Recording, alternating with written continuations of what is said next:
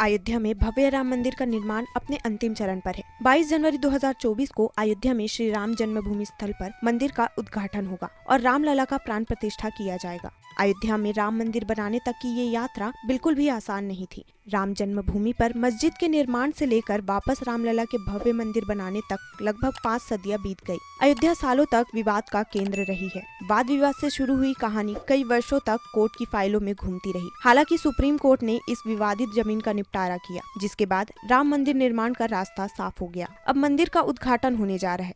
ऐसे में आज हम आपको बताते हैं कि बाबर से लेकर सुप्रीम कोर्ट और फिर राम मंदिर बनाने में साल दर साल कब क्या हुआ। 1528 में अयोध्या में एक ऐसी जगह पर मस्जिद बनाई गई जिसे हिंदू समुदाय के लोग मानते हैं कि वहां भगवान राम का जन्म हुआ था। कहा जाता है कि मुगल सम्राट बाबर ने ये मस्जिद बनवाई थी, जिसे बाबरी मस्जिद कहा जाता है। 1853 में इस मुद्दे पर पहली बार दो समुदायों के बीच में विवाद हुआ। दस्तावेजों के अनुसार पहली बार हिंदुओं ने आरोप लगाया कि भगवान राम की जन्मभूमि में मंदिर को तोड़कर बाबरी मस्जिद का निर्माण हुआ है। इस मुद्दे पर पहली बार हिंदुओं और मुसलमानों के बीच हिंसा हुई। 1875 में अंग्रेजों के शासन में मामला पहली बार कोर्ट पहुंचा। महंत रघुबर दास ने अदालत से मांग की कि चबूतरे पर मंदिर बनाने की इजाजत दी जाए। ये मांग खारिज हो गई। इसके बाद इस संबंध में ज्यादा कुछ नहीं हुआ और 6 दशक से ज्यादा समय तक मामले में एक तरीके से धूल पड़ती रही। 1946 में बाबरी मस्जिद को लेकर शियाओं और सुन्नियों में विवाद हुआ। बाबरी सुन्नी था, इसलिए फैसला शियाओं के खिलाफ हो गया। 1949 में राज्य सरकार ने मस्जिद के बाहर राम चबूतरे पर राम मंदिर बनाने की कवायद शुरू की, लेकिन ये भी नाकाम रही। 1949 तक देश आजाद हो चुका था। 22 से 23 दिसंबर को मस्जिद में राम, सीता और लक्ष्मण की मूर्तियां रखी गई और मुसलमानों ने यहां नमाज पढ़ना बंद कर दिया। बाद में सरकार ने यहां ताला लगा दिया। 29 दिसंबर को मंदिर की संपत्ति कुर्क कर ली और वहां रिसीवर बिठा दिया गया। 1950 में इस जमीन के लिए अदालती लड़ाई का एक नया दौर शुरू हो गया। इस तारीखी मुकदमे में जमीन के सारे दस्तावेज 1950 के बाद के थे। 1950 में 16 जनवरी को गोपाल दास विशारद ने कोर्ट में कहा कि मूर्तियां वहां से न हटाई जाए और बिना रुकावट के पूजा जारी रखी जाए। कोर्ट ने कहा मूर्तियां नहीं हटेंगी, लेकिन ताला बंद रहेगा और पूजा से पुजारी करेगा, जनता बाहर से दर्शन करेगी। 1959 में निर्मोही अखाड़े ने कोर्ट में पहुंचकर दावा पेश किया। 1961 में 18 दिसंबर को उत्तर प्रदेश सुन्नी वक्फ बोर्ड ने विवादित स्थल में मालिकाना हक के लिए मुकदमा दर्ज कराया। 1984 में विश्व हिंदू परिषद ने विवादित स्थल का ताला खोलने की मांग करते हुए एक विशाल मंदिर के निर्माण के लिए अभियान की शुरुआत की। वीएचपी ने एक समिति का गठन भी किया। 1986 में 1 फरवरी को फैजाबाद कोर्ट के फैसले से हिंदुओं को राहत मिली। विवादित स्थल पर हिंदुओं को पूजा करने की इजाजत दी गई। फैसले के बाद विवादित ढांचे का ताला दोबारा खोला गया। इससे नाराज मुसलमानों ने विरोध में बाबरी मस्जिद एक्शन कमेटी का गठन किया। 9 नवंबर को उस समय देश के प्रधानमंत्री रहे राजीव गांधी की सरकार ने विवादित स्थल के पास ही राम मंदिर के शिलान्यास की इजाजत दे दी। 1990 में 25 सितंबर को बीजेपी नेता लाल कृष्ण आडवाणी ने सोमनाथ से एक रथ यात्रा शुरू की। इस यात्रा को अयोध्या तक जाना था। इस रथ यात्रा में पूरे मुल्क में एक जुनून पैदा किया था, जिसकी वजह से गुजरात, कर्नाटक, उत्तर प्रदेश और आंध्र प्रदेश में दंगे भड़क गए। कई इलाके में कर्फ्यू तक लगा दिया गया, जिसके बाद आडवाणी को 23 अक्टूबर को बिहार में लालू यादव ने गिरफ्तार करवा लिया। 1990 में कार सेवक ढांचे के गुम्बद पर चढ़ गए और गुम्बद तोड़ दिया, वहां भगवा फहराया। इसके बाद दंगे भड़क गए। 1991 की जून में आम चुनाव हुए और यूपी में बीजेपी की सरकार बन गई। 1992 में 30 से 31 अक्टूबर को धर्म संसद में कार सेवा की घोषणा हुई। 1992 की नवंबर में कल्याण सिंह ने अदालत में मस्जिद की हिफाजत करने का हलफनामा दिया। 6 दिसंबर 1992 वो दिन था जिसके लिए राम मंदिर आंदोलन सबसे ज्यादा चर्चा में रहा। इस दिन हजारों की संख्या में कार सेवक अयोध्या पहुंचे। लाखों कार सेवकों ने बाबरी ढांचे को गिरा दिया। कार सेवक 11:50 पर ढांचे के गुम्बद पर चढ़े। करीब 4:30 तक मस्जिद का तीसरा गुम्बद भी गिरा दिया गया। बाबरी मस्जिद का ढांचा गिराए जाने के बाद देश भर में दंगे भड़क गए। इसी दौरान जल्दबाजी में एक अस्थायी राम मंदिर बनवाया गया और तत्कालीन प्रधानमंत्री नरसिम्हा राव ने मस्जिद के पुनर्निर्माण का वादा भी किया।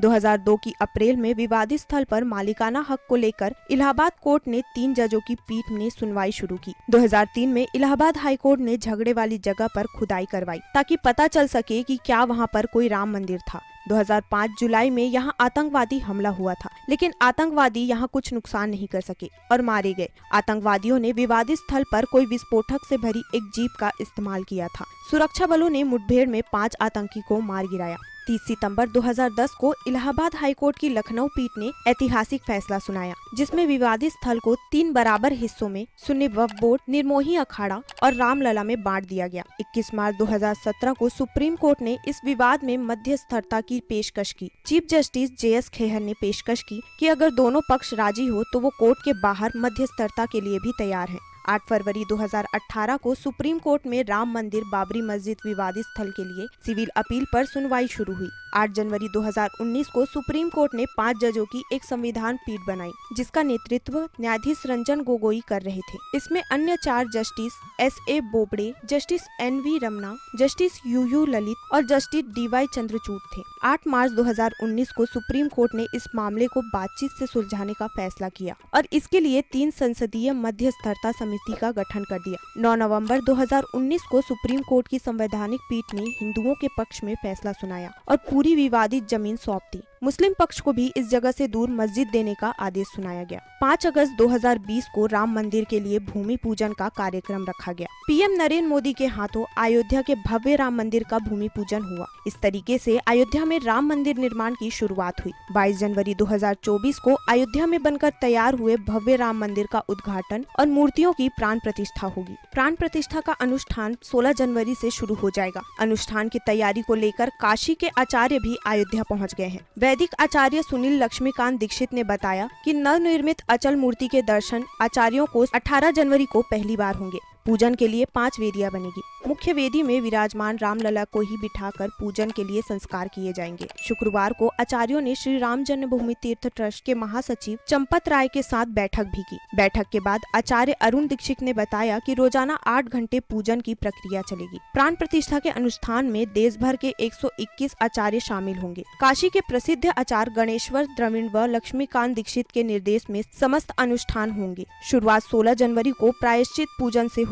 यजमान की शुद्धता के लिए प्रायश्चित पूजन किया जाता है। इसी दिन मां सरयू की भी पूजा होगी। पूजन के लिए 5 वेदियां बनाई जा रही हैं। योगिनी, क्षेत्रपाल, वास्तु वेदी की स्थापना होगी। पद्मिनी वेदी विराजमान रामलला को स्थापित कर पूजन संस्कार कराए जाएंगे। नवनिर्मित मूर्ति आकार में बड़ी है, इसलिए उसे बार बार इधर उधर नहीं किया जा सकता। इसी के चलते अनुष्ठान की प्रक्रिया छोटी मूर्ति के साथ पूरी की जाएगी। हालांकि प्राण प्रतिष्ठा दोनों मूर्तियों की होगी। पूजन के जो विधि विधान व संस्कार छोटी मूर्ति के होंगे, वही अचल मूर्ति के भी होंगे। आचार्य अरुण दीक्षित ने बताया कि 16 जनवरी को सबसे पहले निर्माण स्थल की पूजा की जाएगी। जहाँ निर्माण हुआ है उसे शास्त्रीय भाषा में कर्मकुटी कहा जाता है, इसलिए 16 जनवरी को कर्मकुटी की पूजा होगी। मूर्ति का निर्माण राम सेवकपुरम व विवेक सृष्टि के परिषद में हुआ है। राम सेवकपुरम में 2 व विवेक सृष्टि के 1 मूर्ति का निर्माण हुआ है। इस स्थलों पर पूजन होगा। आचार्य अरुण दीक्षित के अनुसार गणेश पूजन के साथ 18 दिसंबर से विधिवत अनुष्ठान शुरू हो जाएंगे। 20 जनवरी को मंदिर के गर्भगृह में 81 कलशों के जल से धोने के बाद वास्तु शांति और अनाधिवास होगा।